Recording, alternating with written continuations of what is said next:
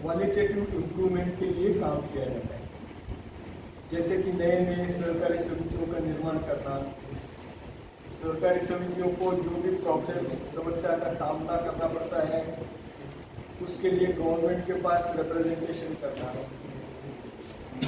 Cooperative sector पर अन्याय करने वाले कोई डिसीजंस अगर गवर्नमेंट के माध्यम से हो गए तो पॉलिसी इंटरफेरेंस के लिए भी हम काम करते हैं।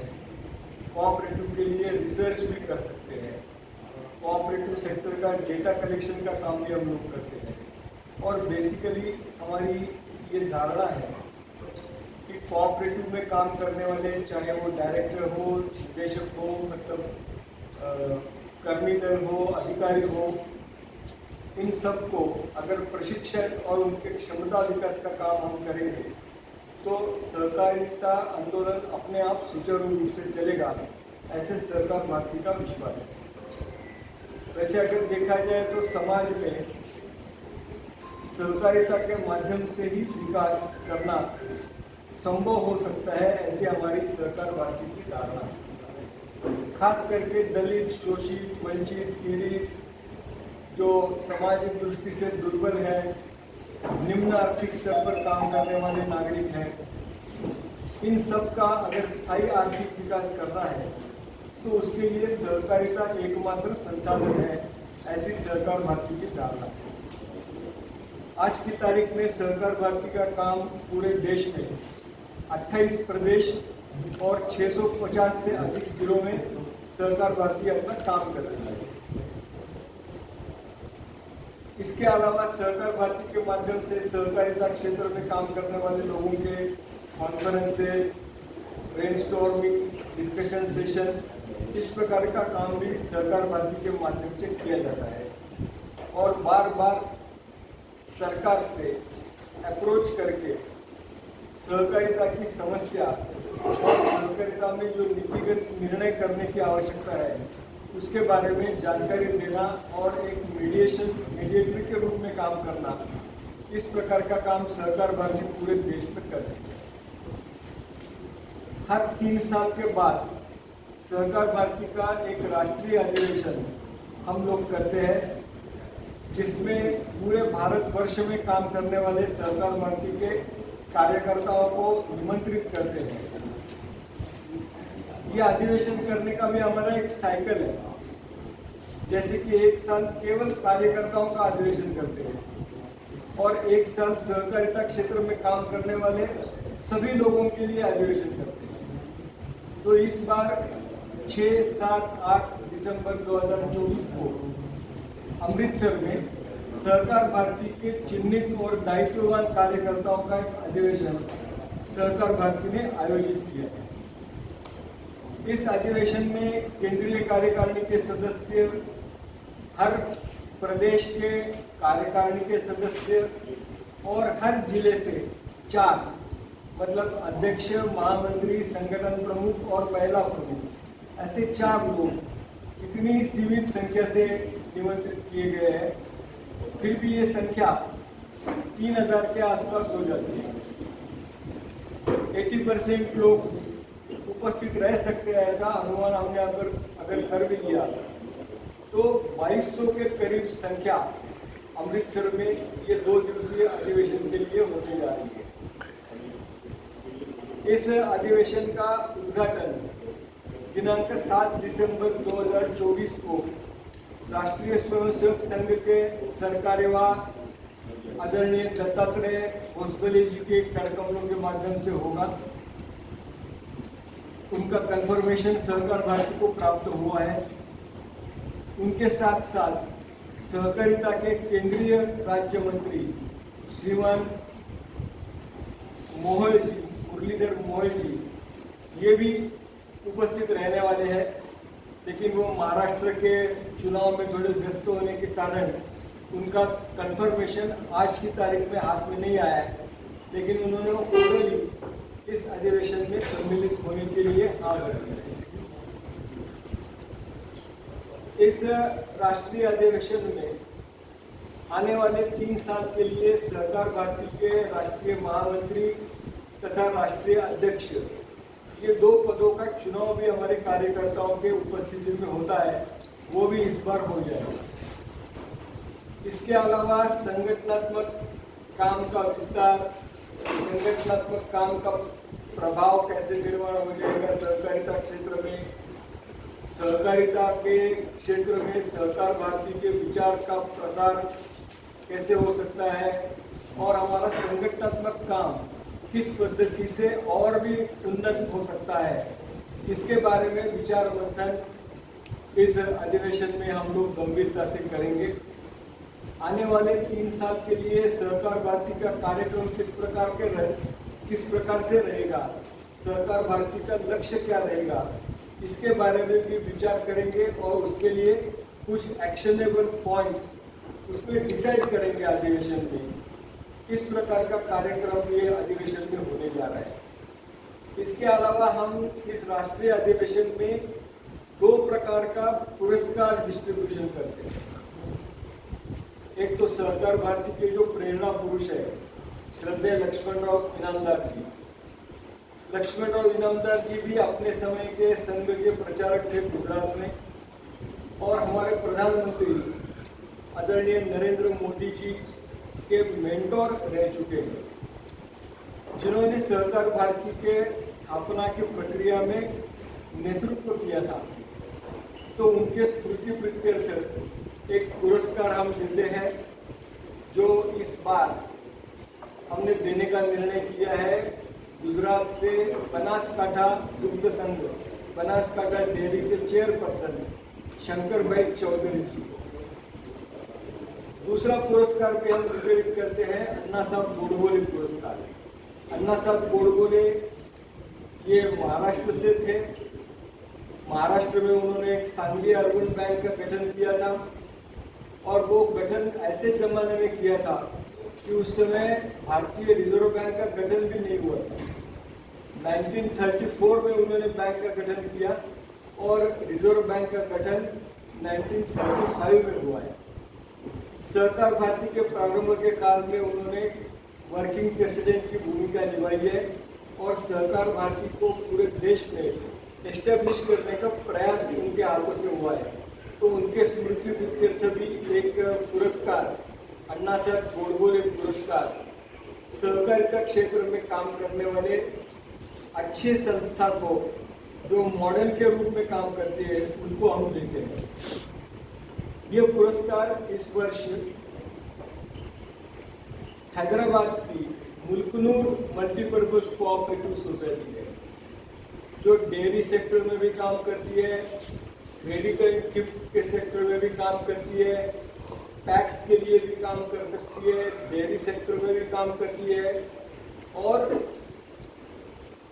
तेलंगाना प्रदेश में एक बहुत ही अच्छी चलने वाली, सुचारू रूप से चलने वाली, बहुत डिसिप्लिन रूप से चलने वाली ऐसी मल्टीपर्पज सोसाइटी है, जिसके चेयरमैन है आदरणीय प्रवीण रेड्डी जी। वो एक जमाने में कांग्रेस के एमएलए भी रह चुके हैं वहां पर तेलंगाना में। उनके सोसाइटी को इस प्रकार का गोडबोले पुरस्कार का वितरण हमने किया है। दूसरा ये है कि ये अधिवेशन हमने पंजाब में लेने का क्यों निर्णय लिया। एक तो पंजाब में कोऑपरेटिव सेक्टर में इम्प्रूवमेंट करने की, कोऑपरेटिव सेक्टर में काम करने की बहुत सारी गुंजाइश है। खास करके प्राइमरी एग्रीकल्चरल कोऑपरेटिव सेक्टर जो है, ग्रामीण सहकारी संस्था, इसमें एक्सपेंशन के लिए बहुत सारा स्कोप है। वैसे डेयरी सेक्टर में भी काम करने के लिए बहुत बड़ा स्कोप पंजाब में हो सकता है। नीति आयोग के एक सर्वे के अनुसार आज अपने देश में केवल 1,40,000 कोऑपरेटिव डेयरीज है, बल्कि 3.5 लाख कोऑपरेटिव डेयरीज की आज के देश में आवश्यकता है, ऐसा नीति आयोग का अनुमान है। तो स्वाभाविक रूप से डेयरी सेक्टर में काम करने के लिए भी बहुत सारा अवसर पूरे देश में और खास करके पंजाब में भी हो सकता है। केंद्र सरकार ने पैक्स यानी प्राथमिक कृषि सहकारी संस्थाओं को विकसित करने के लिए एक बहुत बड़ी योजना बनाई है। जैसे कि केंद्र सरकार का ये मानना है कि आने वाले समय में 2 लाख नई प्राथमिक कृषि सहकारी संस्थाओं का निर्माण करें। साथ ही साथ आज की तारीख में जो काम करने वाली कृषि प्राथमिक सहकारी संस्थाएं हैं उनको बहुविध यानी मल्टीपर्पज काम करने का लाइसेंस भी देने का सरकार का इरादा है। उसी पद्धति से पिछले कुछ वर्षों से फार्मा प्रोड्यूसिंग ऑर्गेनाइजेशंस FPOs इसका निर्माण करने का भी सरकार ने एक निर्णय नीतिगत लिया है। तो उसके लिए भी पंजाब में काम करने की बहुत सारी गुंजाइश है, उसके बहुत सारे अवसर है। तो ऐसे सारे विषयों को देखकर अगर हमने पंजाब जैसे जिसको कोऑपरेटिव की दृष्टि से हम डेवलपिंग स्टेट कह सकते हैं, ऐसे स्थान पर अगर हमने अधिवेशन किया तो ये सारे मूवमेंट को अपने अपने प्रदेश में काम करने का एक अवसर प्राप्त होगा, एक प्रेरणा प्राप्त होगी। और इस दृष्टि से अगर पंजाब में ये कार्यक्रम हुआ अमृतसर में, तो पंजाब में आने वाले समय में, आने वाले 4-5 वर्षों के समय में सहकारिता क्षेत्र को भी बढ़ावा मिल सकता है और सहकार भारती के काम को भी बढ़ावा मिल सकता है। हमारा ये अधिवेशन 3 दिवसीय है, जिसमें 6 दिसंबर 2024 को दोपहर 3 बजे ये अधिवेशन हम प्रारंभ करेंगे। प्रारंभ में विगत 3 सालों में जो काम सहकार भारती में किया है उसका प्रतिवेदन हमारे कार्यकर्ताओं के सम्मुख प्रस्तुत करेंगे। प्रदेश साहब बैठक करेंगे। सहकार भारती ने जो काम 3 वर्षों में किया है उसके आधार पर एक प्रदर्शनी निर्माण करेंगे और उस प्रदर्शनी का उद्घाटन भी 6 तारीख को करेंगे। और एक छोटा सा एंटरटेनमेंट का पंजाब के सांस्कृतिक जीवन पर आधारित एक कार्यक्रम होगा। 7 तारीख को फॉर्मल रूप से उद्घाटन होगा, जिसमें आदरणीय दत्तात्रेय जी होसबले और मुरलीधर मोहन जी उपस्थित रहेंगे। बाद में सहकार भारती के कार्यकर्ताओं को उद्बोधन करने के लिए 2 सत्र रहेंगे। इसके पश्चात हमारे इस अधिवेशन के निमित्त से एक प्रस्ताव का सत्र रहेगा, जिसमें हम 4 प्रस्ताव पारित करने जा रहे हैं। एक तो कोऑपरेटिव के लिए एनेबलिंग प्रोविजन अपने देश में होनी चाहिए। एनेबलिंग प्रोविजन को इम्प्लीमेंट करने के लिए कोऑपरेटिव एक्ट में चाहे वो केंद्र का हो या चाहे प्रदेश का हो, एनेबलिंग प्रोविजन के लिए आवश्यक रिफॉर्म्स होने चाहिए। दूसरा है कि टैक्स के निर्माण करने के लिए नीतिगत निर्णय तो कर लिया है, लेकिन उसके इम्प्लीमेंट करने में बहुत सारी कठिनाइयाँ हैं। जैसे कि इसका रजिस्ट्रेशन कौन करेगा, रजिस्ट्रेशन के लिए क्राइटेरिया क्या रहेगा, रजिस्ट्रेशन करने के लिए क्या दूसरे कोऑपरेटिव सोसाइटी से एनओसी की आवश्यकता रहेगी। ये ऐसे सारे विषयों पर आधारित बहुत सारा विचार मंथन करने की आवश्यकता है। दूसरा ऐसा है कि कोऑपरेटिव सेक्टर में डिपॉजिट मोबिलाइज करने के लिए जैसे बैंकों में डिपॉजिट इंश्योरेंस का कवरेज रहता है, वैसे फाइनेंशियल सेक्टर में काम करने वाले सभी कोऑपरेटिव सोसाइटी को भी ये डिपॉजिट इंश्योरेंस का कवरेज मिलना चाहिए। इस प्रकार की हमारी मांग है। प्रधानमंत्री जी का ये सपना है और ये आग्रह भी है कि ज़्यादा से ज़्यादा डिजिटलाइजेशन के रूप में व्यवहार होने चाहिए, आर्थिक ट्रांजैक्शंस होने चाहिए। तो कोऑपरेटिव सेक्टर को भी नेशनल पेमेंट सिस्टम की मेंबरशिप मिलनी चाहिए, ताकि कोऑपरेटिव सोसाइटियों को भी अपने अपने बलबूते पर ये डिजिटल प्लेटफॉर्म अवेलेबल हो जाएगा। और डिजिटल प्लेटफॉर्म के अवेलेबल होने से पूरा कोऑपरेटिव सेक्टर में भी सारे ट्रांजैक्शन डिजिटल फॉर्मेट में हो जाएंगे। दूसरा ऐसा है कि बहुत प्रदेशों में ऐसा हो रहा है कि जो कोऑपरेटिव मैन्युफैक्चरिंग सेक्टर है, खास करके चीनी मिल है या लिविंग फैक्ट्रीज है या एग्रो प्रोसेसिंग यूनिट्स है, आज पूरे देश में ऐसी स्थिति है कि ये सारे मैन्युफैक्चरिंग यूनिट्स घाटे में जा रहे हैं। घाटे में जाने के बाद उसकी लीलामी होती है। लीलामी में कोई व्यक्ति उसको परचेस करता है और किसी व्यक्ति विशेष ने परचेस करने के बाद वो सारे मैन्युफैक्चरिंग यूनिट अपने आप सुचारू रूप से चलने लगते। इसका मतलब ये है कि कोऑपरेटिव सेक्टर में काम करते समय ये सारे मैन्युफैक्चरिंग सेक्टर्स को कुछ प्रॉब्लम्स आते हैं या कुछ दलगत राजनैतिक निर्णय का सामना करना पड़ता है, जिसके कारण से ये मैन्युफैक्चरिंग यूनिट्स जो सुचारू रूप से अपने देश में नहीं चल रहे, प्राइवेट सेक्टर में चल रहे। कोऑपरेटिव सेक्टर की लीलामी होकर वो प्राइवेट सेक्टर में भी अगर चले गए तो वो ठीक से चलते हैं। तो इसके कारण से उसका अध्ययन करके उसके बारे में भी सरकार ने कोई नीतिगत निर्णय करना चाहिए, पहल करनी चाहिए।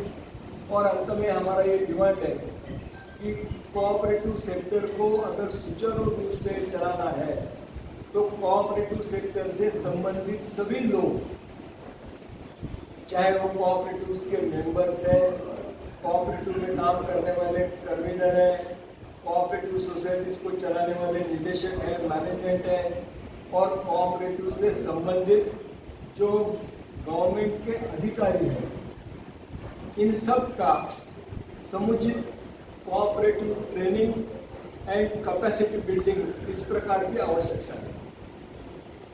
आज की तारीख में अगर कोऑपरेटिव ट्रेनिंग का हम कुछ असेसमेंट करेंगे तो ये अनुभव रहा है कि सोए हुए कुत्ते को पत्थर मारकर क्यों जगाना है, इस प्रकार की भावना कोऑपरेटिव ट्रेनिंग के बारे में आमतौर पर सरकार की भी और सहकारी समितियों की भी रहती है। लेकिन सरकार भारती की ये धारणा है कि इस प्रकार का प्रशिक्षण, कोऑपरेटिव में काम करने वाले लोगों के अधिकार, कोऑपरेटिव में काम करने वाले लोगों का दायित्व, इस प्रकार का प्रशिक्षण अगर कोऑपरेटिव सेक्टर से जुड़े हुए सभी लोगों को प्राप्त हो जाए तो यह आंदोलन जो है वो सुचारू रूप से चलेगा, ऐसी सरकार भारती की धारणा है। आज सहकारिता का क्षेत्र एक बदनामी के दौर से गुजर रहा है। लेकिन जब से प्रधानमंत्री जी ने अपने भाषण में सहकारिता से समृद्धि का नारा लगाया है तो उस तारीख से कोऑपरेटिव सेक्टर के तरफ देखने का रवैया, उसकी तरफ देखने का नजरिया पूरे देश में अभी धीरे धीरे चेंज हो रहा है। इंडस्ट्रियल ग्रोथ करने का भी एक लिमिटेशन होता है। ग्रामीण क्षेत्र में डेवलपमेंट करना है तो सहकारिता क्षेत्र के माध्यम से डेवलपमेंट करने की आवश्यकता पड़ेगी।